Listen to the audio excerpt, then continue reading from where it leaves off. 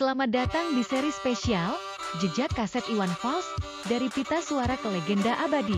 Dalam perjalanan ini, kita akan menelusuri jejak musikal sang legenda melalui kaset-kaset yang pernah merekam kisah hidup, kritik sosial, dan suara hati Iwan Fals. Dari album pertama hingga karya-karya yang mengukir sejarah, setiap pita suara menyimpan cerita dan makna yang mendalam. Mari kita mulai perjalanan ini, menyusuri kenangan dan memahami bagaimana Iwan Fals menjadi bagian tak terpisahkan dari sejarah musik Indonesia.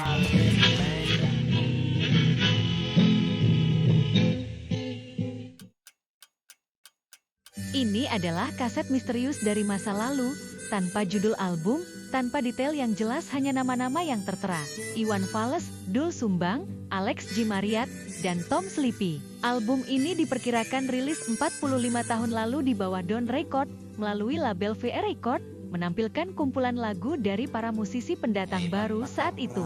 Menariknya, nama Iwan Fals yang tercantum menunjukkan masa-masa awal sang legenda, sebelum akhirnya menggunakan nama Iwan Fals seperti yang kita kenal sekarang. Bisa jadi, kaset ini dirilis di periode transisi Iwan, sebelum ia bergabung dengan Musika Studio dan mempersiapkan debut besar lewat album Sarjana Muda tahun 1981, menjadikan kaset ini artefak langka, membawa kita kembali ke masa saat mimpi-mimpi besar baru mulai dirintis.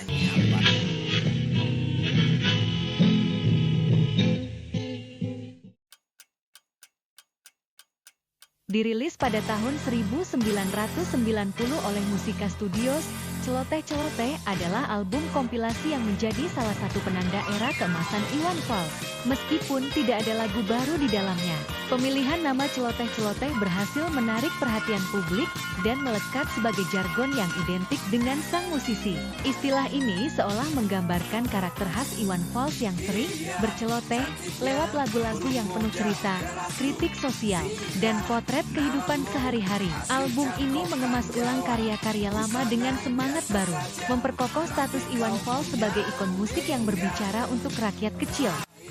Lalatmu, genit nakrik di jidat, goda batinku, kilik titik imanku.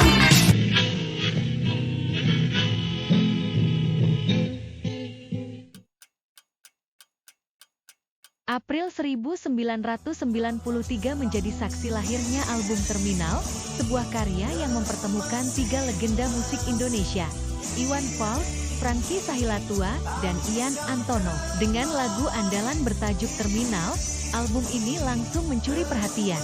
Lagu yang diciptakan oleh Iwan Fals dan dinyanyikan duet bersama Franky Sahilatua dengan aransemen Mega dari Ian Antono ini menghadirkan kolaborasi epik yang sulit dilupakan.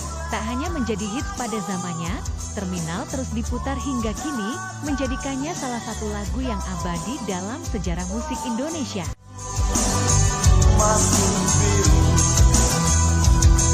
Nyanyian duka, nyanyian suka, tarian duka, tarian suka.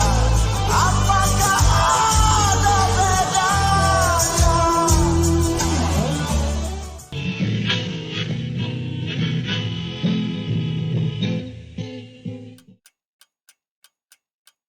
Setelah bertahun-tahun berada dalam kevakuman sejak album terakhir Mata Hati di tahun 1999,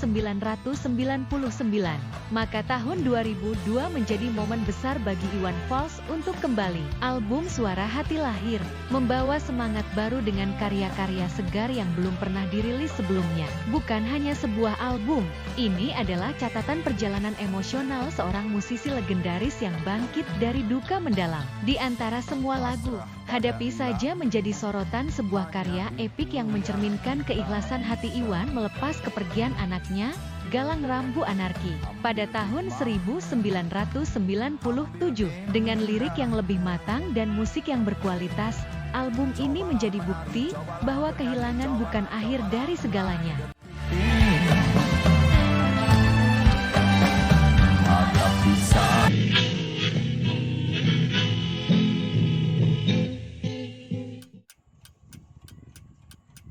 Di penghujung tahun 2011, Iwan Fals merilis album Tergila-Gila, sebuah karya yang memadukan nuansa baru dan kenangan lama. Album ini memuat 4 lagu baru dan sejumlah lagu lama dari album sebelumnya, memberikan pengalaman mendengarkan yang unik bagi para penggemarnya. Lagu andalan Tergila-Gila adalah hasil kolaborasi menarik antara Iwan Fals dan Azizi, vokalis band Blackout yang juga satu label di bawah Falcon Music, dengan sentuhan harmonika yang kembali dimainkan oleh Iwan Fals. Lagu ini terasa segar namun tetap menghadirkan kehangatan khas sang legenda. Tergila-Gila tidak hanya menjadi bukti bahwa Iwan Fals masih produktif, tetapi juga membuktikan bahwa kolaborasi lintas generasi dan gaya dapat menghasilkan karya yang relevan dan penuh makna.